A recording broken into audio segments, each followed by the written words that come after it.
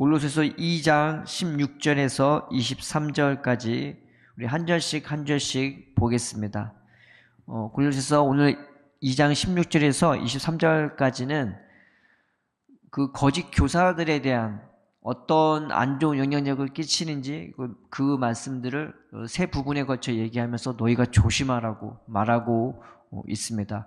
이 전의 말씀에서 철학이라고 나오는 그 철학이 이제 헬라 지방에서 이제 헬라인들이 유대교를 향해 부르는 말이 바로 철학이었단 말이죠. 그러니까 유대교와 관련돼서 나오는 여러 가지 의식, 생각, 어떤 습관, 어떤 종교적인 것들에 대해서 이제 이 사도 바울이 주의를 시키는 부분인 것입니다. 그래서 그것이 하나씩 살펴보면서 이게 뭔지 또 우리가 하나씩 살펴보고자 합니다. 16절에 그러므로 먹고 마시는 것과 절기나 초하루나 안식일을 이유로 누구든지 너희를 비판하지 못하게 하라. 이것들은 장래일의 그림자이나 몸은 그리스도의 것이니라 라고 나와 있죠. 유대인들의 가장 그들의 경전이 뭐냐? 이 토라입니다. 율법인데 모세오경이죠. 거기서 지켜야 할 것들이 참 많아요. 제사도 있고 어떤 절기도 지켜야 되고 무엇을 먹고 뭘 말아야 되는지, 먹고도 되는 동물, 먹지 말아야 할 동물, 그런 것도 다 있고요. 새도 먹을 수 있는 것, 먹을 수 없는 것, 곤충도 먹을 수 있는 것, 먹을 수 없는 것, 그리고 절기도 이제 때에 따라서 세 번 보통 모이는데 그 셋 중에 보통 한 번을 유대인들은 모여요. 뭐 제일 많이 모이는 날이 오순절이긴 하지만 보통은 이 세 절기에 모이기도 하고 또 안식일을 지키고 7월달이 모이는 날이 제일 많습니다. 이게 신년과도 같고 새해 끝과도 같기 때문에 거기에 관련된 행사가 많이 있고 속죄일도 7월에 있고 유대 절기로 7월입니다. 그 7월에 많은 행사가 있죠. 그래서 그 당시 이제 예수님의 그 복음이 증거되면서 헬라인들이 많이 주님 앞에 돌아오게 됐단 말이죠. 그러니까 유대인들이 그 꼴을 못 보는 거예요. 그 기독교인들 중에는 유대인들도 많이 있었는데 유대인들이 자기들이 지켜온 그 습관들이 있었잖아요. 종교적인 습관, 문화적인 습관, 먹고 마시는 그 습관이 있는데 이제 그 유대교인들이 자기들이 지금까지 했던 종교적인 그 습관들과 율법적인 것, 구전적인 것, 그리고 전통적으로 바리새인들이 뿌려놓은 막 이것도 해야 되고 저것도 해야 되는 그런 절기, 그 다음에 뭐 먹고 마시는 것들에 대한 그런 여러 가지 관습이 있는데 그거를 이 헬라인들한테 주입을 시키려고 하는 거예요. 헬라 기독교인들한테. 그러니까 이게 문제가 되는 거죠. 자기들도 먹고 마시는 그 습관이 있는데 그걸 못하게 만들고 아예 그냥 뼛속까지 유대인을 만들려고 하는, 종교적인 유대인을 만들려고 하는 그런 문제가 이 선교 초기에는 발생했었습니다. 그래서 이것이 교회에 분란을 일으키고 이제 싸움을 야기하고 논쟁을 일으키게 되니까 이제 바울이 2차 선교 여행 가기 전에 이제 예루살렘에서 이제 교회에 그 장로들의 모임이 있었단 말이죠. 거기 베드로 12제자 다 11제자가 다 있었고 대표적으로 베드로, 야고보, 예수님의 동생인 야고보도 있어갖고 이제 거기서 어떻게 의견이 됐냐. 우리가 서로를 괴롭게 하지 말자. 서로를 힘들게 하지 말자.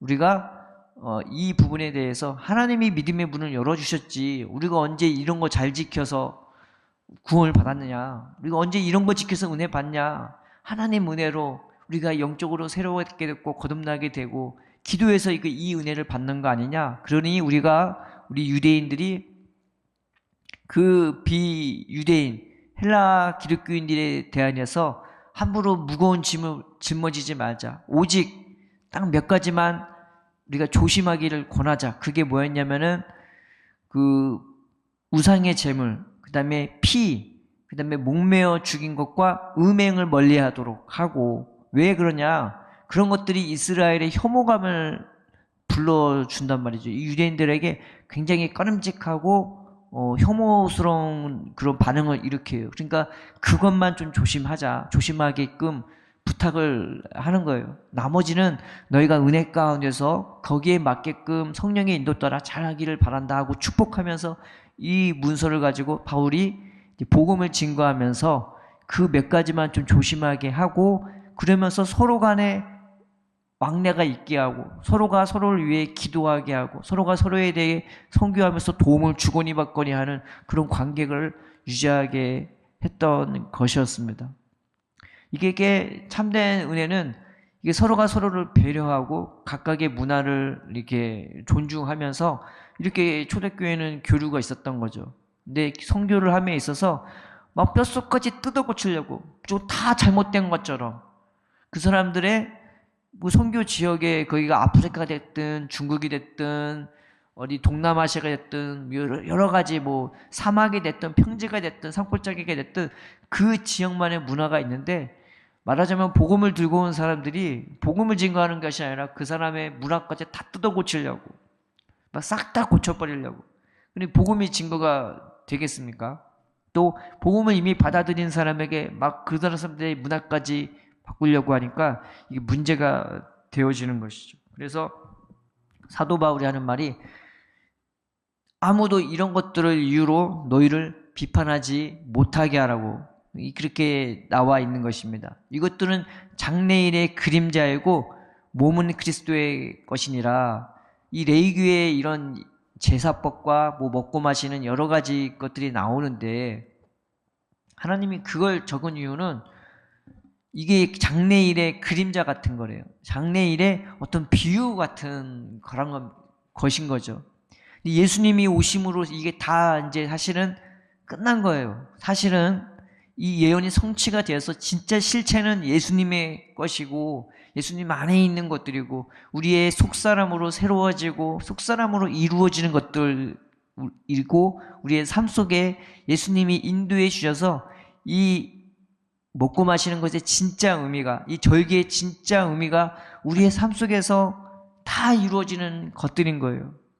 그래서 사실은 끝났단 말이에요. 진짜는 하나님의 은혜가 우리 심령에 임하면서 우리가 삶 속에서 그 절기의 진짜 의미가, 그 먹고 마신 것의 진짜 의미가 내 심령 가운데 구원받고 새로워짐으로 말미암아 나타나게 되는 것들이죠.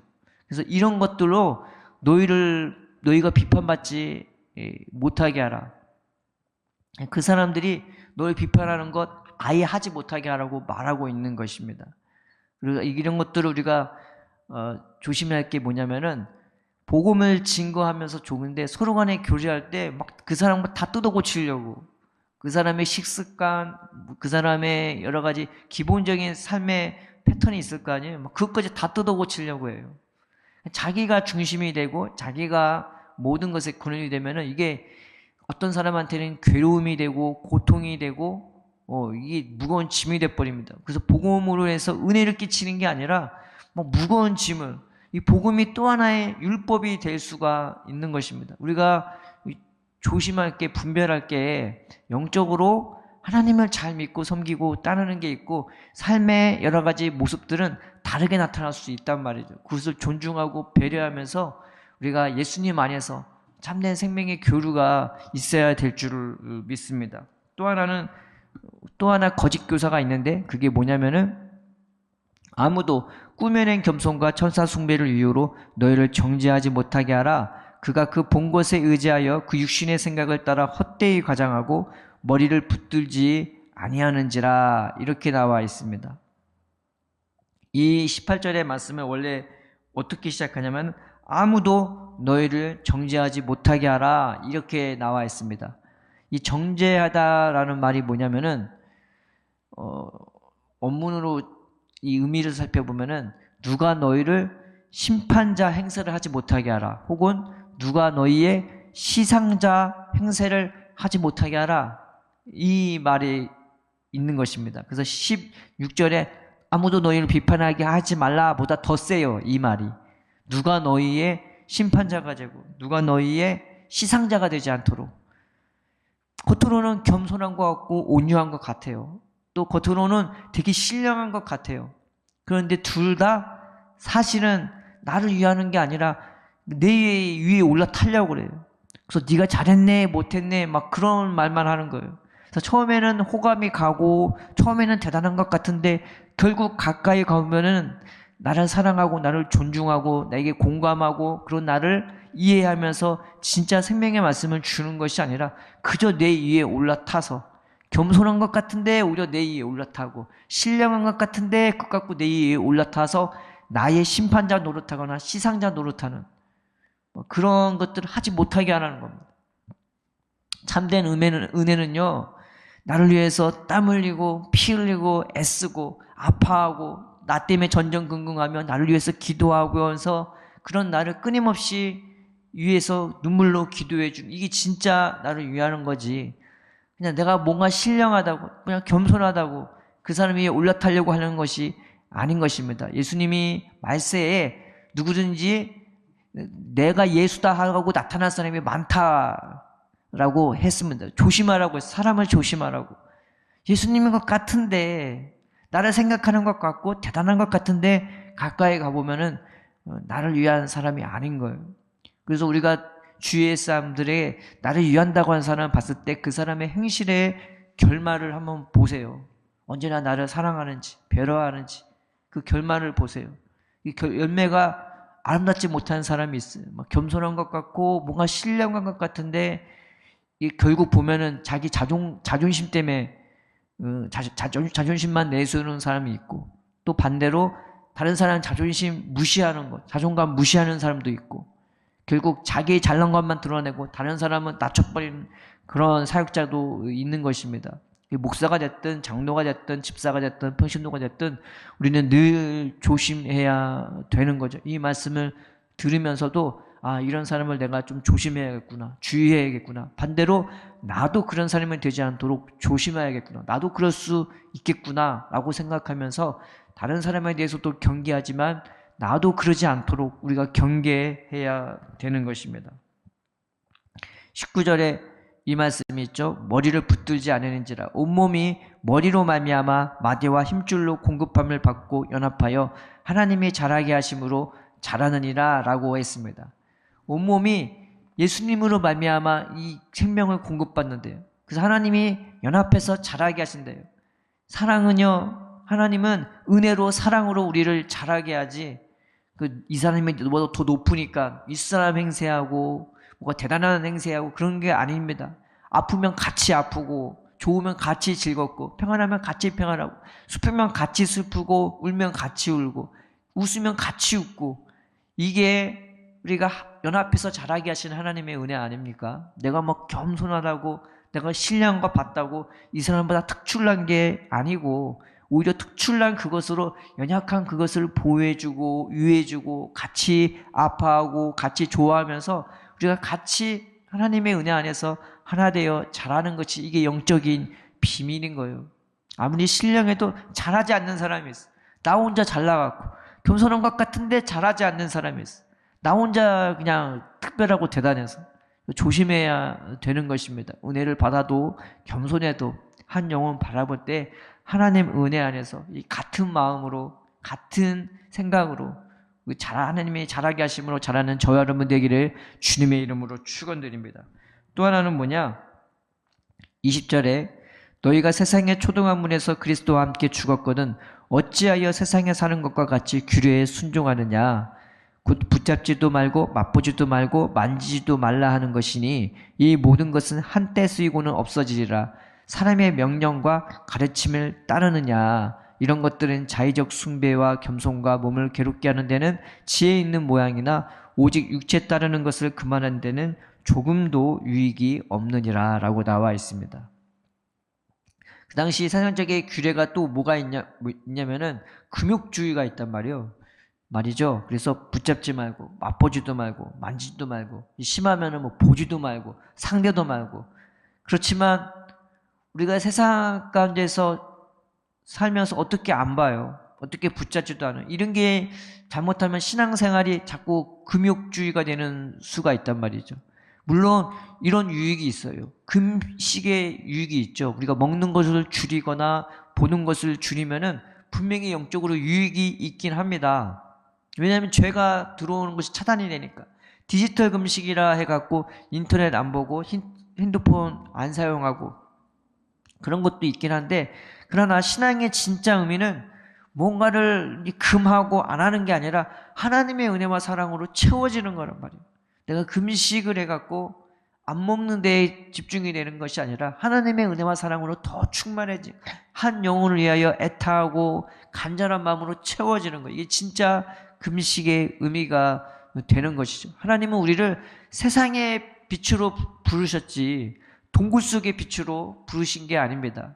그저 아무것도 안 보고 아무것도 안 만나고 아무것도 안 붙잡고 만지지도 않으면 우리가 저 하늘나라 가야지 뭐하러 이 땅에 있겠습니까? 하나님은 우리를 이 완악하고 이 유혹도 많고 강팍하고 핍박도 많은 이 세상 속에서 그런 가운데서조차 하나님의 빛을 발하도록 부름받은 자들인 것입니다. 우리는 그런 자들이에요. 이런 상황에서도 저런 상황에서도 흔들리는 풍랑정에서조차 흔들림 없는 자로 부르심받은 자들인 것입니다. 그래서 우리가 조심해야 되는 게, 신앙생활이 잘못 자면 금욕주의 중심으로 빠지는 수가 있어요. 문제는 금욕주의가 아니라 하나님의 은혜와 사랑으로 충만해지셔서 이 세상 가운데서조차 하나님 자녀다운 모습을 드러내는 게 하나님의 목적이 있는 것입니다. 내 신앙생활이 기도를 하는 것 좋고 금식하는 것 좋고 이런 것도 좋긴 한데, 문제는 거기에만 너무 치중이 되어 있는 것은 아닌지, 진짜 알맹이 빠진 금식이 되는 건 아닌지, 반대로 이와 비슷하게 알맹이 빠진 예배에는 정말 많이 참석해요. 그런데 삶 속에서는 별로 영향력을 끼치지 못하는 예배와 기도와 그런 모임이라면은 우리가 한번 생각해 봐야 되지 않겠습니까? 하나님, 나 진짜 은혜 받는 거 맞냐고. 왜 나는 은혜를 받았다면서, 은혜를 받기 원한다면서 왜 삶 속에서는 이렇게 쉽게 흔들리고 주님 은혜로 승리하지 못하냐고. 이렇게 하나님의 은혜와 사랑으로 채워지는 저와 여러분 되기를 바랍니다.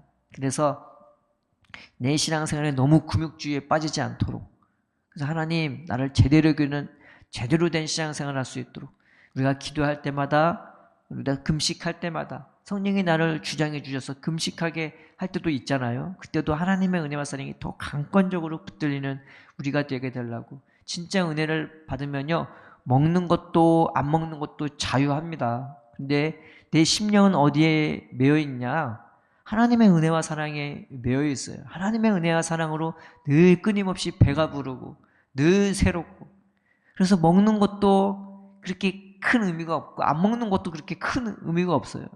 주님이 내 심령을 주장하면 그 주장하는 것에 따라 먹기도 하고 굶기도 하고, 그런데 먹고 마시는 것에 크게 영향을 받지 않고 굶는 것도 은혜요, 먹는 것도 은혜가 되는 것입니다.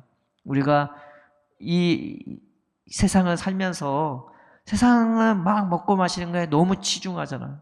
우리 너무 치중하지 말고 하나님의 은혜로, 내가 영적인 비타민으로, 내가 영적인 무기질로, 단백질로, 영적인 것으로 채워지는 저와 여러분 되기를 주님의 이름으로 축원드립니다. 이 말씀 붙잡고, 하나님, 내가 이 세상의 거짓 것들에 무슨 예배를 드리면서도, 우리가 기독교인이고 예수님을 믿는 자들이면서도 이런 것들에 우리 스스로 속지 않게 해달라고, 분별할 수 있게 하시고, 이 말씀 붙잡으면서 내가 지혜로워질 수 있게 해달라고. 이런 약점이 다른 사람을 통해 나한테 들어올 수도 있겠지만 나도 모르게 내 안에서 이런 것들이 있을 수 있겠구나 하면서 분별하면서 하나님의 은혜로 살아가는 저와 여러분 되기를 바랍니다. 오늘도 한결같이 우리에게 자유를 주시고 평안을 주시고 위로를 주시고 소망을 주시면서 그 은혜와 사랑으로 넉넉히 하루를 살아가게 하고 승리케 하고 열매 맺게 하는 이 은혜가 있음을 우리가 붙잡고 그 은혜 안에서 살아가는 저와 여러분 되기를 축원합니다. 이 아침에 이 말씀 붙잡고 우리가 기도하면서 오늘도 하루를 능히 이길 그런 영양소와 그런 은혜로 공급받는 시간 되기를 주님의 이름으로 축원드립니다. 우리 말씀 붙잡고 다 같이 기도하겠습니다.